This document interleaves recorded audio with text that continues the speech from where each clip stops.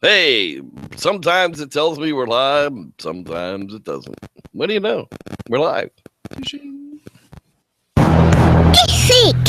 Spot, a podcast. This is Daddy to Pie. Wait, Pie. That's right, Lloyd Pie. It's time. Everything you know is wrong. I'm not sure who they're talking about, us or Lloyd himself. But we'll discuss that. I'm sure. Hoodie Day. The Reverend Jeff Kelly.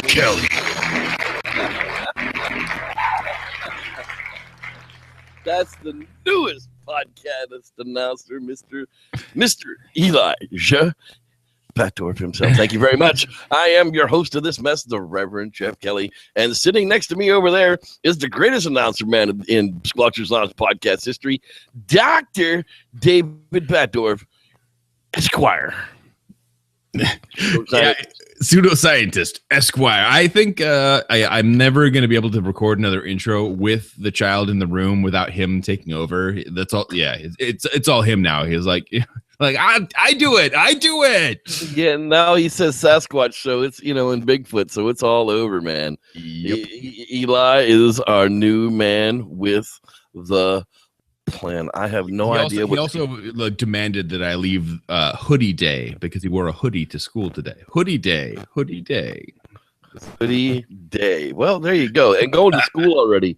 Good grief, man. That kid's going to be a genius by the time he's 12. I don't know what we're going to do with ourselves. Hey, somebody out there asked for a Lloyd Pie night, and I said, hey, we haven't done a Lloyd Pie night in a couple of seasons. I don't think we've ever done it directly. So tonight, we're going to talk about Lloyd Pie. Everything you know is wrong. Or is it? We don't know. We're going to figure that out in a little bit. But as usual, we're going to start out with a little bit of news. Going to get a little newsy. One of these days, David's going to use all that fancy sound equipment that he has over there and make some new season 4 bumpers for us. But until that happens, we're going to listen to my fat ass talk. All right. Hey, meet the million-year-old lizard species we didn't know existed until now. He looks like a Gila monster to me. This is kind of a crazy the tendrils on the tongue. Eek. So this was discovered like in the northern islands of Papua New Guinea, where people just really don't go, and basically it looks like things don't make it there. Like they have certain insects and birds. No animals whatsoever. So finding a lizard in these islands is really remarkable, and apparently it's been there for millions of years, and we had no effing clue. So that's just another one of those, like, oh yeah, surprise, 3-foot lizard, no big deal. And on an island where people should say, oh, you should know everything that's on that island by now. If people live there, you should know about the lizard. Right. For the same reason we can't find Bigfoot on one mountain every year when we go chasing it. Anyhow, check it out at Gizmodo. Dodo birds weren't so damn dodo as we thought after all. Live science tells us dodos weren't as dumb as their reputation suggests. New research finds that the extinct flightless birds were likely as smart as modern pigeons and had had a better sense of smell. Dodos had gone extinct by 1662, less than 100 years after the island home of Mauritius became a destination for Dutch explorers. Bastards ruined everything. The Dutch, they started slavery. They got crap food. Ugh, the Dutch. No, I'm kidding. I love the Dutch. They birds. Got ostriches. That's all I need. The birds unfamiliar with humans were initially fearless. That's made them easy pickings for hunters and also cemented their reputation as dullards. So when somebody calls you a dodo, you can go, well, they're smart as a pigeon, so I guess you're calling me a pigeon brain, aren't you? Actually pretty smart for a bird. No, so the interesting. You ever tried to play tic-tac-toe against a pigeon? I bet you will never win. So the only thing that this bird didn't have was an innate fear of humans because it hadn't encountered humans, which made it obviously an idiot and then therefore extinct. So this bird's dumb. It deserves to die. And everything. Yeah, sorry, bastards. Yeah, well, if you're dead by 1662, that wasn't a whole lot I could do for you. That's not my fault. So check it out. By going the way of the dodo means just not being afraid of your fellow man. There we go. Hey, that's not a bad idea. All right, moving right along here. Ancient armadillos grew to the size of Volkswagen Beetles. Holy shite on a plate. Are you kidding me? Dude, I like armadillos. We had them in Florida. They were these weird-looking, armor-plated, warm-blooded thingamabob aliens. Warm-blooded, come out of shelled. They'd drop out of a UFO like on some given night. Millions of them would run off into the forest, and you'd encounter one every once in a while you were camping. It was crazy talk. You know, I might not be as afraid of Sasquatch as I am of armadillos on account of the leprosy. Well, you know, and that's the whole thing that's like trying to get salmonella from a pet turtle. I mean, yeah, they can carry it, but a raccoon can carry rabies. Not every single armadillo has leprosy. That's what I'm. And besides, who the hell's licking? Michael Merchant might want to make out with an armadillo. Me, not so much. I was going to put it in my mouth. Anyway, a lot of straight shit in your mouth. Anyhow. This giant friggin' 14,000-year-old fossil from an Argentine museum reveals that the ancient herbivores weren't the distant kin of today's Texas roadkills. So there you go. Check it out. Science Magazine, sciencemag.org. Yeah. Science! Science! Dogs and some primates have molecules that might let them perceive magnetic fields. I kind of call bullshit on this one, but we'll talk about it here for a moment. Well, we talked about this before. It's basically they say molecules, and I don't think that's there's molecules attached to certain aspects of their brain that may actually be able to perceive magnetism. There's a long-standing wives' tale that's supposedly supporting this, that dogs turn around 3 times and always point north when they take a shit. Well, let's test this theory for just a moment now. You would agree that in one of those invisible fences, there must be like an enormous amount of electromagnetic, fields going on with one of those, right? Yeah, well, and that's so have you ever seen a dog test one of those invisible fences? They're not sensing that thing coming up through their brain. They're sensing that shock to their friggin' neck when they cross that. So what this is saying, like electromagnetism, and then the electromagnetics of the Earth are like they're incredible, and they're something we can't sense, so we don't even have any concept of it. But it does like shun off. It's enough to actually keep us safe in the solar during solar flares and things like that, and we just like look up in awe at the aurora borealis, which should be cooking our flesh, but because of the Earth's magnetic field, it's shielded off. Anyway, so there's a real thing there, and they're actually doing some tests on migratory birds. I think it was geese maybe, where they put up a huge electromagnetic field just to fuck with them. Put your jackass. So the idea, the sensory thing is when geese get up to fly, they face the direction north or south they're trying to go. So they put up this other pole right near them where they would censor, and they would face that and then fly the wrong way. And just keep going until they landed. And so the only reference point that the geese apparently really have, or most migratory birds or migratory animals north or south have, is just the reference point of the pole, and then they go. Like, so you turn around or you wave your head left and right and you go in the direction that you think you need to be going. Then you have to stop, get a point of reference, and then keep going. It's not like this is a constant thing, which is why they say dogs may still have a vestigial aspect of this, because they turn around quite often and then point the same direction. Very interesting. I don't know if there's something to it, but there's more research needed. But where Science Alert likes to alert us to the science that may or may not be happening in the world, and that dogs' eyes are adorable, by the way. That's because it's science. Check it out, sciencealert.com. Okay, New photo of Bigfoot taken in Colorado Rockies, or was it? I don't know. Sear says it's a real Bigfoot picture. From before the podcast, it was a real Bigfoot picture. Now all of a sudden, day of the podcast, it's not a real Bigfoot picture. Will somebody make up my mind, please? I saw this picture months ago. If it wasn't 6 months ago, might have even been 8 months ago. I don't know when we saw this thing when it came out. But in the same place that they think there's a Bigfoot, I can see pareidolia where there's 12 other Bigfoot in the same picture. So which one are you looking at? The first thing I always look at is, okay, what are the other aspects that could be making this thing that I see? Yeah, okay, so the more magical eyeball, like, you know, the things that I look at that are on the interwebs, and the more GIFs on Facebook that are trying to trick my eyeballs. Okay, yeah, I can see what they're talking about, and I can see it clearly because I'm looking for a human-ish face in that area. If I was looking for something else, I couldn't find it, and it wouldn't make any sense. I can see a raccoon. I can see an owl. I can find a deer head. I can find a million things if that's what I'm looking for. You know, I mean, look, if this little square is what I'm supposed to be looking at, fine. That's a person. Flat out. If that's what you're talking about, if that's 100% of being there, you're standing there, then you need to tell your boyfriend he needs to wipe the gray makeup off his face and get out from behind the damn tree and scaring you. But you're not. You're looking at the friggin' bark on the tree behind the friggin' thing that's actually in focus. What you're looking at supposedly as a face isn't even in focus in the friggin' camera.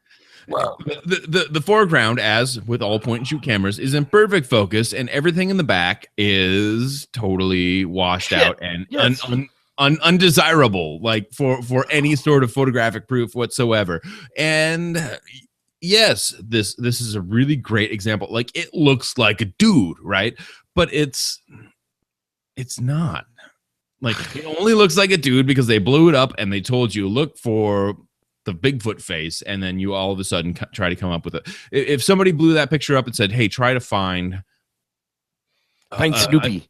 Where's deer, Waldo? Like, hey, there's a Black Panther there. You know, like, you could probably make that out. I just found that Black Panther. It's right next to the Bigfoot face. Yeah, right next to the Bigfoot face. There's a kitty. And if you just look at the big picture instead of the little picture, looking at the Bigfoot face, there's a whole Bigfoot there. I don't know what they're talking about, man. I can see the whole the coned head, the two eyeballs, the nose, everything. They've missed the whole Bigfoot. It's crap, people. If you have to make a circle around it or draw a box around it, it's not evidence. And here it is on Fox 31 Denver's friggin' page. Way to go, newscasters. Yay, you. Slow day in Denver? Could be. Jeff and Teresa, I say, keep up the good work. At least you're in the woods out there trying, but just stop reaching, sweetheart. Just put the camera down, light the fire, have some weenies, and let Bigfoot come into you. I didn't do due diligence on this, but I assume if there was a sighting report like the Sasquatch walked off and that was the best picture they got, that we would have heard something about that. This is probably but this was more reviewed later work. Oh my God, there's a Bigfoot looking at us. Yep.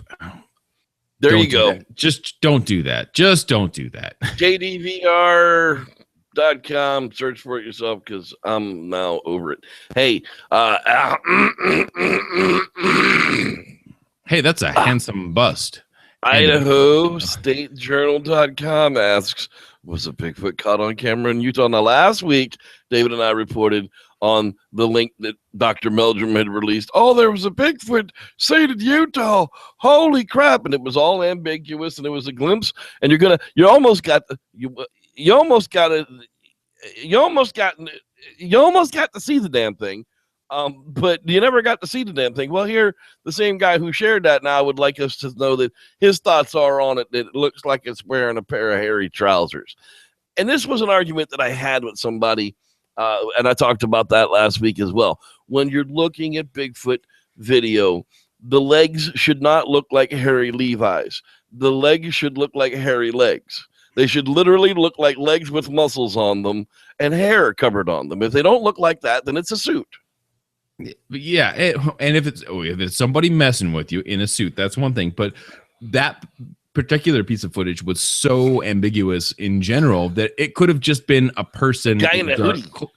dark clothing. Like it could have been blue, it could have been green, it could have been like anything. It could have been Isaiah in his hoodie today. Elijah. Yeah. It could have been Elijah in his hoodie today. Oh my goodness! There we have. We popped it. Hoodie Elijah's day. now hoodie day. Yep, hoodie day. What to call him Isaiah all of a sudden? Sorry, kid. Yeah, whatever. Anyhow, you can check that one out. Idaho State Journal. Thanks for creating non-Bigfoot news for us there, Dr. Meldrum. Hey, this was a picture David and I sent back and forth this week, and it was actually quite interesting.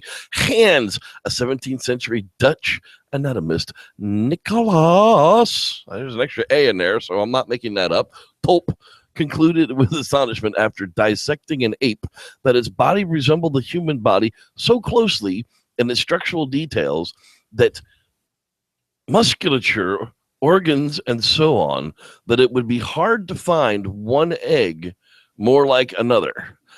And we were talking about this early on the show tonight. I was always kind of like in the impression that the thumb on an ape, like on the chimps, the orangutans, the gorillas, was vestigial or left behind or smaller, and the other fingers were, of normal size. But as you look at this picture, that's exactly opposite of what I've come to the realization to, epiphany, if you would like, that the other fingers are actually what are stretched out. And the more we talk about it, our hands are closer to our ancient ancestors than orangutan and the ape hands are, because they've actually developed into knuckle walkers. It's not that our limbs somehow devolved and sucked into our bodies or something. That was the more recent body plan. If you look at monkeys and other primates, that's the more obvious body plan. These brachiators, the most extreme of which are the gibbons, develop these different types of bodies, and this chimpanzee hand is developed specifically for knuckle walking. And you can see that in the knuckles, the joints on the very ends that they're going to walk on. Those top three are huge. They're almost like a foot. Yeah, and a lot of that's going to be callousing and just muscle tone from using them and the way that they use them, and all that, evolution and everything else that comes along with that. But these are also climbing brachiators, very treetop animals, and we never. It's not that we came out of the trees. We're more and more finding we didn't come out of the trees. It's that we never went into the trees, because our hand more closely not going into the trees as large-bodied apes, because we can't just bound along the limbs like a monkey can. So basically we never went back up once we came down. Our bodies got too big. We all came to the ground. Shiva Pithecus and some others probably had hands more like us. The orangutans went back up. The chimps went back up. If you look at the hands of a gorilla, they look more shapely like our hands than a chimpanzee's. So interesting, and I love this. This is just a great photograph, and it shows. From that wrist joint up to the metatarsals, it's the same hand, and it's brilliant, and it shows a lot about evolution and a lot about our closeness to our most. This is our cousin, and right here, and it's very, very fascinating. Yeah, his name is Leroy. He lives down in Detroit. I saw him like 2 years ago last summer. He was a good-looking cat.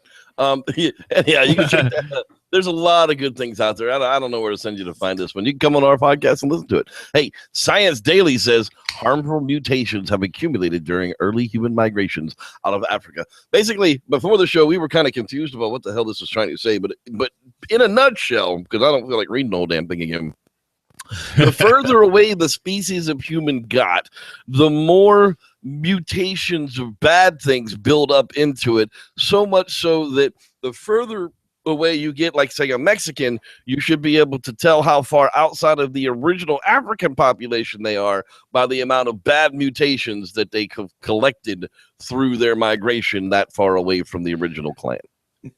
You could focus on bad mutation. However, I think not all mutation is bad. There are some good mutations too. So what are you going to focus on? But what totally screws that for everything is that if you look at that short distance up to Europe, where they're saying, there would be more mutation down in maybe Chile and Argentina, but we've kind of embedded our genes as modern Europeans all around that area in various ways, and it's really kind of sad because there was no Mexican, there was just Native American. Before, Right. so basically, Native American plus Spanish, and then there there's was Native Native American Mexicans plus too, English, buddy. plus I mean, we call them American Native plus French. Americans, but they were all Native North Americans. There were Native tribes from Central America all the way through the Canadians. That there's 200 million missing people. Well, so there's Spanish, English, and French variants of all of those, which is unfortunate. So it's hard to track. So what are they? Maybe they're looking at maladies that stayed through there. It's kind of a weird study, and I hope that there's something good to be gained from that, because there's also is very, very much getting on that edge of that doing race studies where race doesn't actually exist. And if you do race studies and you try to track genealogy back, it's very surreptitious as far as trying to unify the peoples of the world. If you want to look at this kind of Hitlerish, that would mean that I don't want to breed with anybody from Mexico because they have the absolute worst genes on the planet. Which is not the case, because let's just click away from this, and I think that's really a slippery slope to go down. I just think that we're calling bunk on this one, and we do this sometimes. I did read it, I went through it all, it kind of made sense, but now it's like, this is kind of genocidal bullshit. So basically, let's kill all the Mexicans because they have the worst mutation load built up in their genes. I mean, that's literally what it sounds like they want to do here. It's like, so basically they could have said, like, they could also have the best mutations carried out even and expressed further than the rest of it. So it's a totally kind of an interesting thing. Who has the best mutations? Have we studied that one? Hell, those are the people I want to get married to and have kids with. Well, I know I'm a mutant, but it's not the right kind. God, that's gonna be designer X-Men. kids. It's not X-Men. far off. Oh, my special gift is being able to sniff out bullshit. I think that one was a winner. Science. She blinded them with science. Humans mated with Neanderthals much earlier and more frequently than once thought. February 17th this year. That's right, people. Members of our species had sex. This is actually the greatest article to respond to the last article, because what we're talking, there's new things talking about, like the new studies showing that part of the Neanderthal genome shows our propensity for nicotine addiction and depression, especially in Caucasian and Eastern, and Native American people, that shows like a greater propensity based on the percentage. Were those people were the depressees on the island? I don't think they were they? No, but we kind of all went up through there and we've been mating with these guys for a long time. But so the problem with that is that also that the Neanderthal genome gave us immunity to disease that otherwise would have made it impossible for us to go outside of the planet. So there's good that comes with the bad, and it depends on what kind of article you're reading. You take the good, you take the bad, you take them both. But also, one of the interesting aspects of this inbreeding is that they're talking about Neanderthals that are showing integration of modern humans, and we gave them a lot of bad stuff too. So much so that they may have gone extinct. All we got was nicotine addiction, depression. And all we got was this lousy t-shirt. Yeah, well, we got nicotine addiction, depression, and like the ability to conquer a bunch of diseases that we otherwise would have had eradicate us outside of Africa. So thank you, Neanderthal, and sorry about all that. So long, and thanks for all the fish. Well, that's how we do it. We're like a virus. We mutate and move on. We destroy our host, and then we mutate and move on. You know, the Neanderthals were our hosts for a little while. We destroyed them, and we moved on to whoever the hell the next one was. Well, yeah, we were talking about how like the Neanderthal, the women in the Neanderthal villages might not have been the most attractive of folk. I want to know who's banging the ugly ones, man. You know he didn't care. Low sloping brow ridge, oversized arms from tanning all the leather in their teeth. My name is ground down teeth. What's your name? Yeah. So, but the like, you think about this, like you are at the edge, pushing out the human domain. You're leaving our realm. Your options are Neanderthal Susie or Steve that you're with. Right? So it pretty much boils it down to I choose Neanderthal Susie every time. Well, the science of it is, if your population is low, you'll choose to be in a heterosexual relationship. If your population is very high, then your homosexual relationship numbers go up. It's known science. It happens that way. So when you're in a population boom like we are now, well, there you go. There's why every channel has to have a gay show. I haven't quite figured that out. If it's 3% of the population, why is it on every channel at 8 o'clock? But it is. Anyhow, I'm thinking I'm taking, big brow-eyed Susie too. My name Hoogie. Come here, baby. Now you got to hit him in the head and carry him by the hair. You know why you can't carry him by the feet, right? No. If you pull them by the feet, they fill up.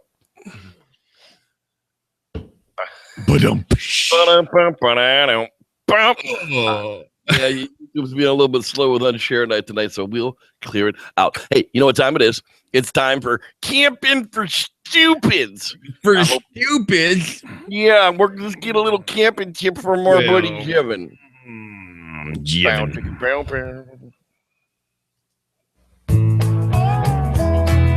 Camping tips for stupids. Tip number 6. It's now early spring, and early spring means the season of the Widowmaker. Widowmakers are large, heavy branches that were weakened by heavy snowfall and buildup during the winter months, and those that didn't break off the tree are still lingering up there, severely weakened, and are just waiting for a good gust of wind and the proverbial feather on the camel's back to snap off and smash your head into stupid flavored bear jam for bear toast, for bear breakfast, and maybe brunch.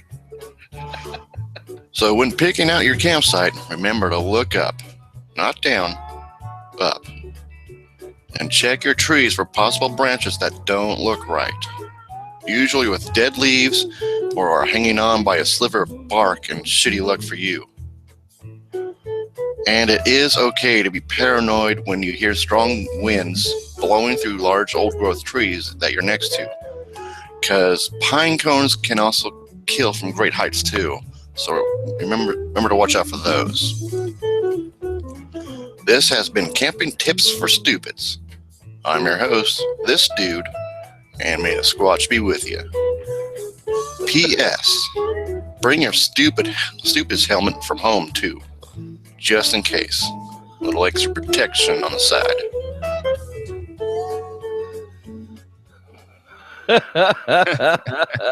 Hey, that's good advice. I might have to get me one of them helmets for sleeping in the hammock, bro. We always we make a big deal about looking for widowmakers in the hammock.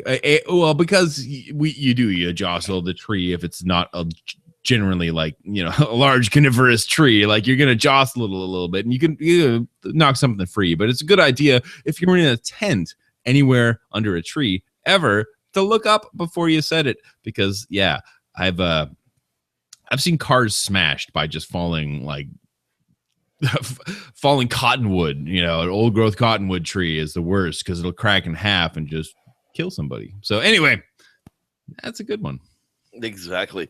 Okay, so it's time to give little shout outs to the chat room from the lounge. Let's see who's hanging out with us tonight. Of course, is the life and times of JCM, Mr. Jebin Moore, the Jesus Christ of Monterey Bay. He asked that I refer to him as something, damn it, and I think it might be a little bit too late for that. Oh, nope. I have to call him Space Chief Puma Puncher. Well, congratulations, Space Chief Puma Puncher. You're listening to the lounge. I like me a cougar too. Dude, Puma Puncher. I don't know. Dick Jones. Amen and hallelujah. Pass the ammunition. Mr. Dane Cooper. Hey, I know Dick Jones' his real name, but I'm not going to tell you. Who else is hanging out there? Dave Stump. He's not late this week. Nah. Hey. Collar Williams. Hey, dude. How you doing, man? I know you're out there. Rod Dupree. Smoking if you got it. I turned that dude on to rosin. He's like in heaven. In heaven. Who else is hanging out there? Let's see. Is that it? We're getting down to the bottom of the list here? You better have spoken up if you want to see your name or your name on the air. Gorgeous George Fadul. I think you need to buy an extra consonant in there somewhere. Or a vowel. One or the other. I think there's a double. I can't really. There's something missing. Let's see here. Who else is hanging out in there? I think that's going to do it for us. Nope. Mark Gentile. Not Mark Jew, but Mark Gentile. Andrew Jones. He's finally said hello. Mr. The Dirty Duo. This show has really gone downhill. Well, thank you very much. I appreciate your comments, Mr. Troll. We're not too worried about it. Starshine. How you doing, Starshine? And I think we're getting to the bottom of it here. If you don't like the show, there's plenty of other shit out there to watch. Hey, that's going to do it for shout-outs to the lounge. David, what the hell are we talking about? Oh, that's right. Lloyd Pine.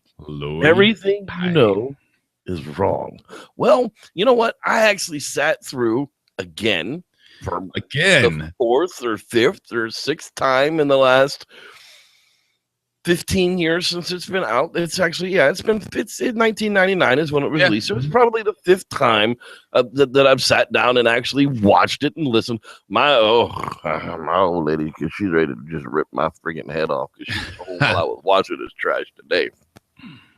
She's went out, came back, and she's like, "Is that the same dude that was on when I left here? Still, blah blah blah blah blah blah blah blah." And I'm like, "Yeah, he was preaching, is exactly what he was doing." But in the beginning, he made some valid points. Now, David, we were talking about those valid points before the show. Let's give them a little taste. He had a lot of good valid things. Yeah. He's talking about the human fossil record and things that we're interested in, and we talk about on this show all the time. And how one transitional species to the next, and we don't actually know how that all happened and how migrations happened in the pre-modern Homo sapiens migration, because we know there were other migrations prior to that, and how much openness there is there. And he talks a lot for almost an entire hour about Sasquatch and Sasquatch sightings and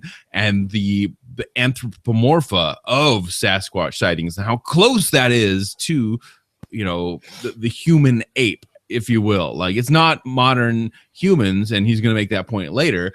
But the human ape, like the upper, like in the fossil record, showing the up and coming, like from 3.5 million years to the 120,000 years ago, where we jumped onto the scene, as he calls it. And it's all very interesting, and it's all somewhat poignant. Some of what he's doing is leading into the next portion of what he's talking about, but he's got some really good points about the traits of our ancestors and the traits of Sasquatch. I'll say, I'm not 100% against the pie-ish aspects of Bigfoot, because I think Bigfoot is like the precursor to what he's really talking about. Right. See, he's talking about in the end, and we'll get there, is where humans came from. He's not even trying to explain where Bigfoot came from. I mean, he is trying to explain to you that scientists are lying to you, that all of these fake tracks that the scientists are saying out there can't possibly be fake. They must be real in some aspect. You're not going to find that all 10,000 Bigfoot tracks are real. No, but you are going to find that there's going to at least be 500 to 750 of those 10,000 tracks that can't be discounted as being a real animal. And that's all it really takes for it to be investigated further, is having one. Which is, these are valid points that he's making, and that's part of putting together an argument like he's putting, is you collect all this data and you collect all the best parts of it. And I think the first basically half of that presentation, if you just look up everything you know is wrong Lloyd Pye presentation, and you'll find it on YouTube. It's everywhere. And that first half, like there's some leaps. He's talking about, like, you know, the Neanderthals, maybe a little bit Vindramini, like the Neanderthals aren't put together the way that they actually were put together. If you lay the bones out, yeah, there's a possibility they could have been put together and articulated a different way. But if you know how bones change based on how things are attached to it, you know kind of how they were articulated. Anyway, so he's making some arguments that he's heard before against Neanderthals being modern human-ish. Now, in that same argument, though, now Dr. Meldrum took that same argument and applied it to his 8-foot Bigfoot skeleton and kind of put things where they didn't really belong, because he used a torso that wasn't human at all and a head that wasn't human at all, and then attached a non-human head to this non-human body, but used, you know, Neanderthal, which is basically human, arms and legs.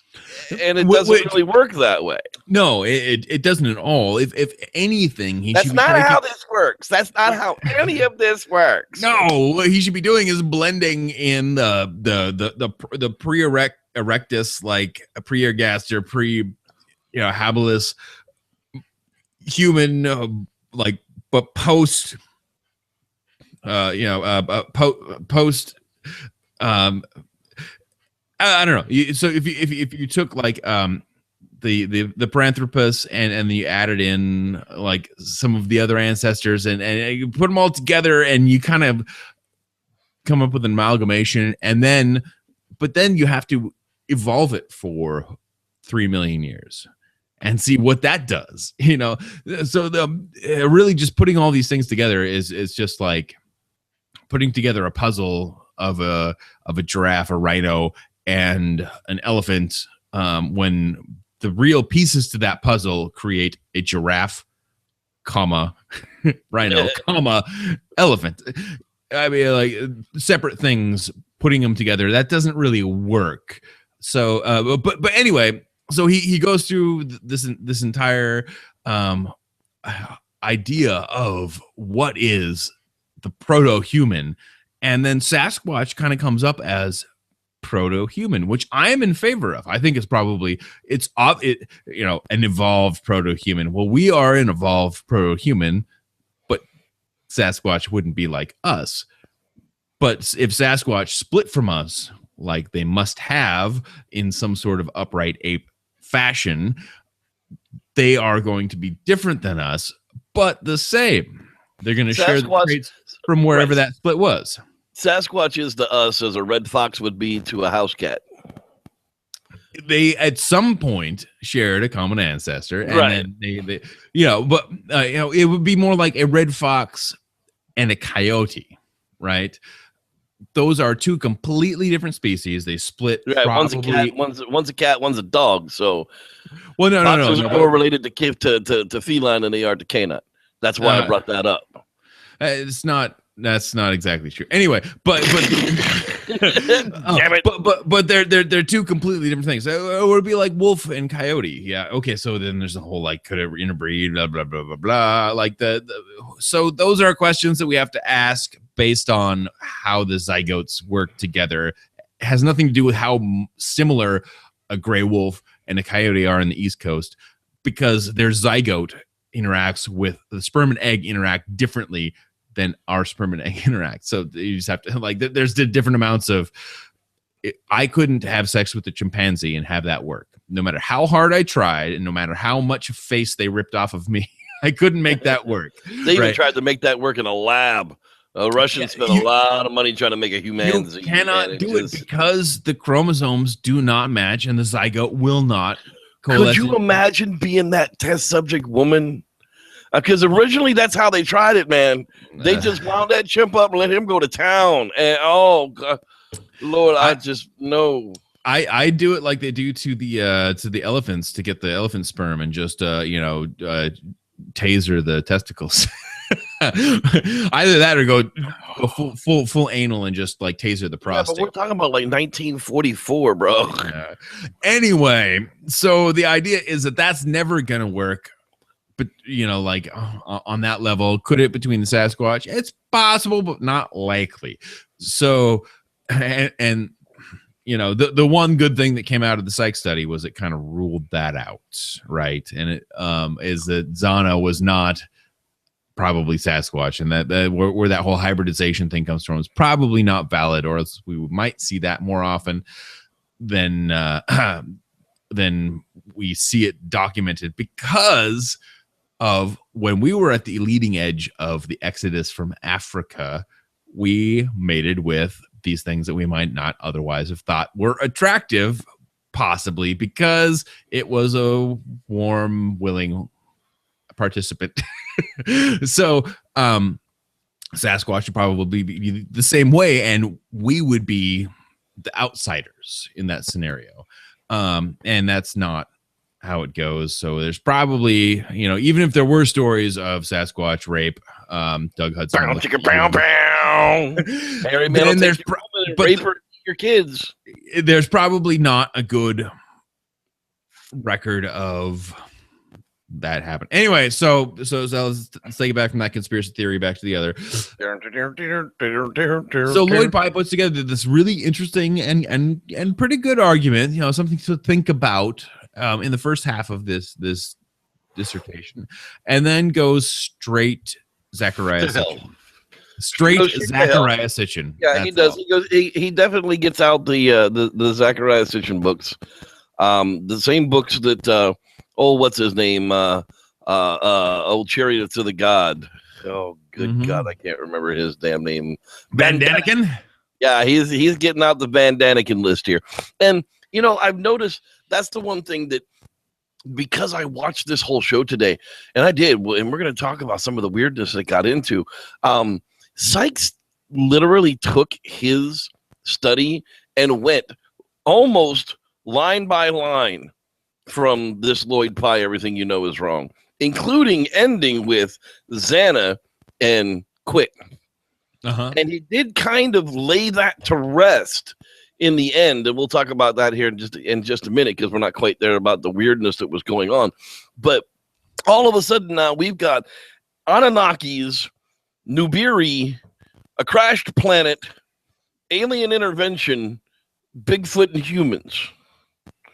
So Bigfoot is the leftover original species, intelligent species of our planet, and humans as we know it are hybrid leftover engineered creatures from these alien landed thingamabobbers. What the? We are slaves to mine the ore. Slaves to the Anunnaki. For the Anunnaki.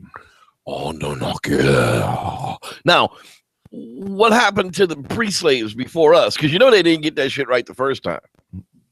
Well, yeah, if anybody's tried to genetically engineer anything, I mean, you got to try it once or twice at least. I mean, even if you have your genetic process down, like, I'm the genetic man. I can clone whatever. I ain't got no problems.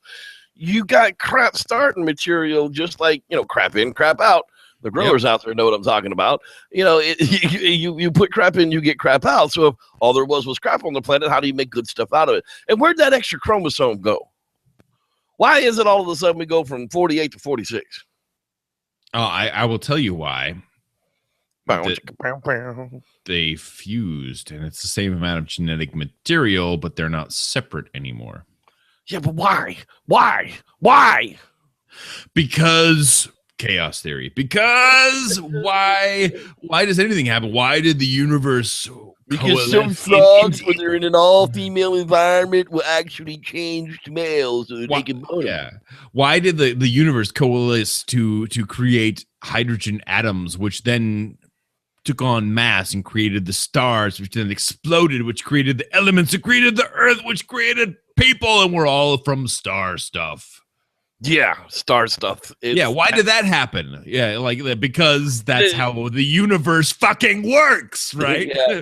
Well, I had to get off board when Lloyd took the left-hand turn to Wu-Town.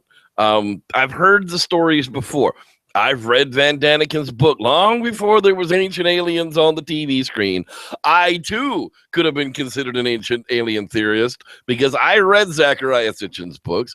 I read friggin' Chariots of the Gods, so why didn't they hire me for that show? I guess I didn't apply for it, and Hairboy has better hair than I have. I don't know.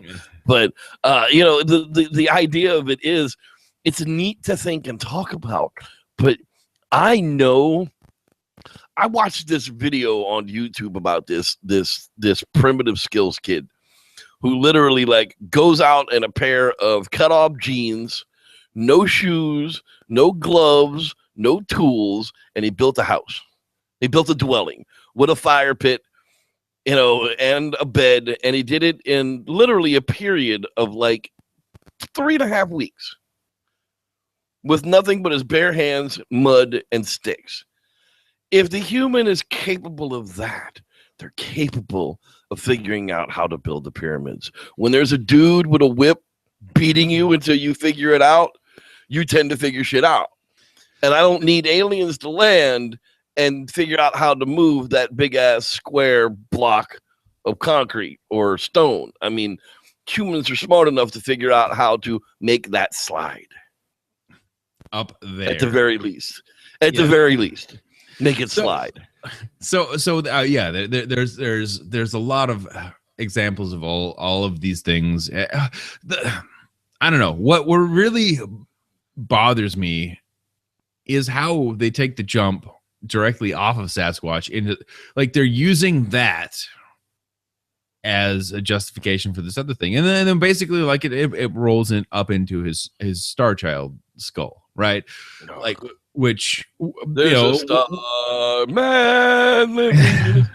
R.I.P. Bowie, sad face. Anyway, so but you take a jump back from that skull and you go back to the Sasquatch question. Is like that entire interesting and kind of somewhat fantastical, but it's a really good dissertation on Sasquatch-ish. It just ends there. It just ends there, but that's all setting up and it's all like justifying. It's taking all this information to justify something else.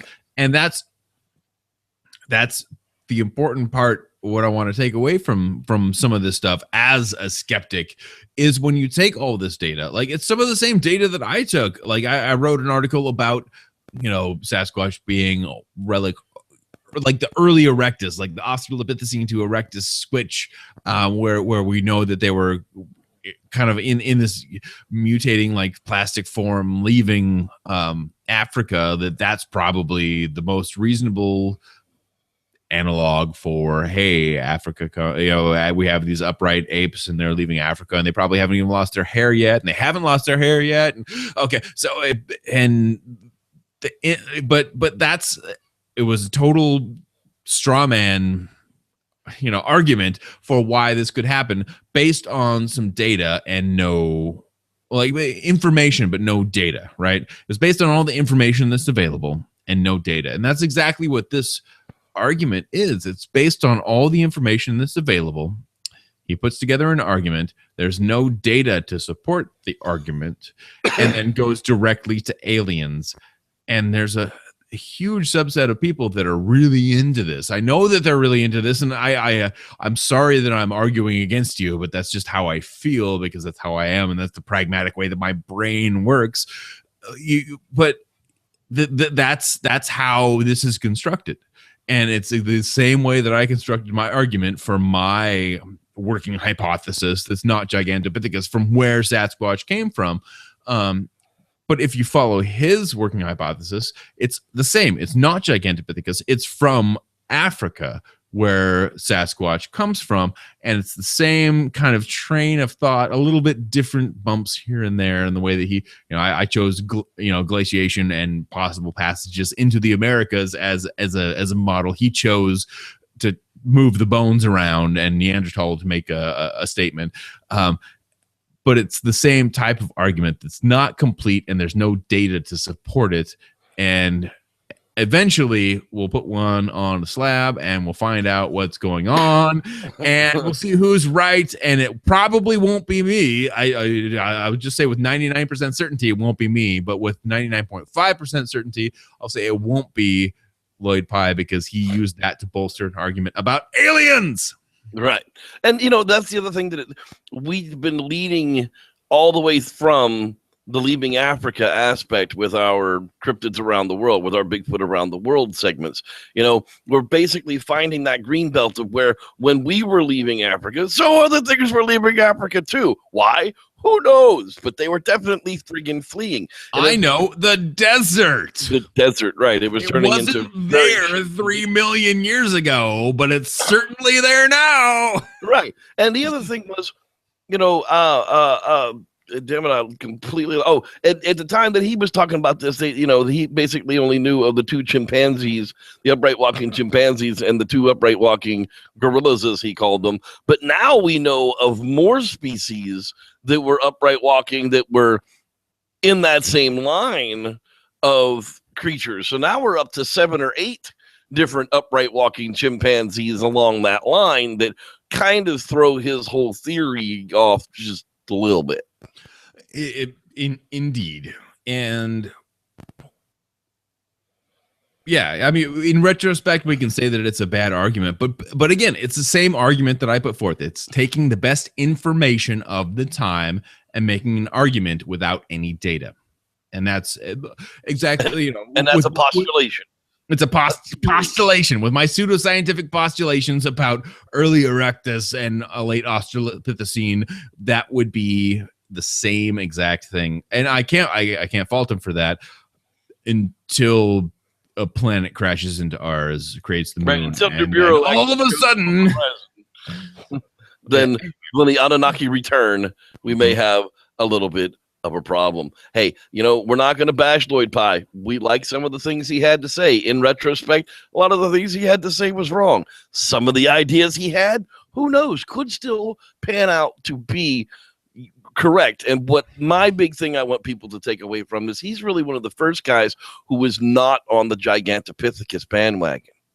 He was one of the first people that was trying to find a natural reason for Sasquatch to be in the Pacific Northwest, because it's attached to things like Yeti, and it's attached to something like the Almas, and that's where his 4 different type of Bigfoot types come from. You have the Bigfoot Sasquatch type creatures, then you have the Yeti type creatures, then you have the Alma / he gave it another word, but they were the smaller versions of them. I mean, it's the same reason that we can put them here now. Yeren and the Sasquatch and Skunk Ape. I mean, it's the same kind of model that we've been using for a long time. And he was one of the people who originally, until he's using that as an analog for the evolution of Sasquatch out of Africa, which is a really important thing. And then that's that. I think that's going to bear out if we ever get data on this, right? So, but and he uses that as an analog for his the rest of his working hypothesis, his postulations about Sasquatch. That's great, but he was one of the first people to do that, and then he tied it into his beliefs in the work of Sitchin and aliens. And aliens, but the base, if you watch the first part of that and you kind of watch where, like, the first part of this 2.5 hours of this business, the first half is basically him walking you through Sasquatch being proto-human, the proto-human that left Africa before we were created. And that's an analog that actually happened. I mean, Homo erectus left Africa before humans evolved in Africa. That means that there are hominin that had left. And there's if there's one, there's probably there's one fossil record, at least one fossil record that shows that upright walking hominin left Africa prior to our existence. So that leads to other possibilities, and that's a really great thing. And so everything you know about Sasquatch might be wrong. It's probably not Gigantopithecus. It's probably, it's probably not jumping through portals, and it's probably not coming down from the aliens. And the aliens in his dissertation come in later. So if you kind of just like cut that off, it's a really great and overarching view that a lot of people are holding right now, which is that Sasquatch probably came out of Africa prior to our existence and evolved separately in North America and in East Asia, whether it's northern or southern, and could have created different species. Very, very interesting. And something that excites me to think about, but there's no data. And that's where these arguments and these postulations like go, and then you can easily convert them to work or aliens. Yeah. Okay. So everything Lloyd Pye ever said could have been wrong, could have been right. One day it'll get proven. But for my idea, I've always said, Sasquatch is the fifth chimpanzee. We got three chimpanzees on the planet already. Humans being the fourth, Sasquatch being the fifth. I think that's kind of a way we can just go ahead and round this sucker out on everything is wrong. Everything he might know is right. I don't know. David doesn't know. Lloyd Pye surely didn't know. But he was close and accurate on a few things. Exactly. And we can be sure when the Anunnaki come back, they will fill us all in. That's right. When the Anunnaki come back with their anti-gravity devices to build more pyramids for the landing spaceships, then we'll know for sure. I want to thank everybody for watching tonight. It's going to wrap it up for this edition of the Squatch Lounge podcast. Join us next week. We're going to be talking about another cryptid around the world. I think we're going to find the Italian Sasquatch. What? Yeah, you never know what you can find down there with the Italianos. Oh, so the Sasquatch. That's right. Be sure to join us Monday night for Bigfoot Entertainment Weekly. This week we'll be talking about howls. If you haven't seen howls, wow, YouTube it, because it's kind of fun to watch. If you still haven't watched Eagle Watch, balls, then check out Eagle Walk as well. Thank you everybody for watching. For the Dr. David Batdorf, Esquire, pseudoscientist, I'm your host, Reverend Jeff, and we say thanks for watching, and may this Squatch be with you. Holy crap, that's a Sasquatch right there! In the circle! Is that how you can tell he's got a red circle around him, right? Pretty soon we'll have video cameras that'll do that. They'll auto-circle stuff for us.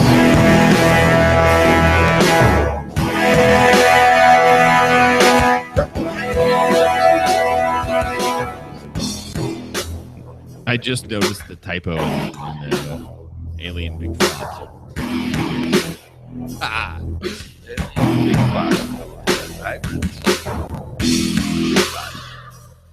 You should have used an umlaut. An accented Bigfoot. Good night, everyone.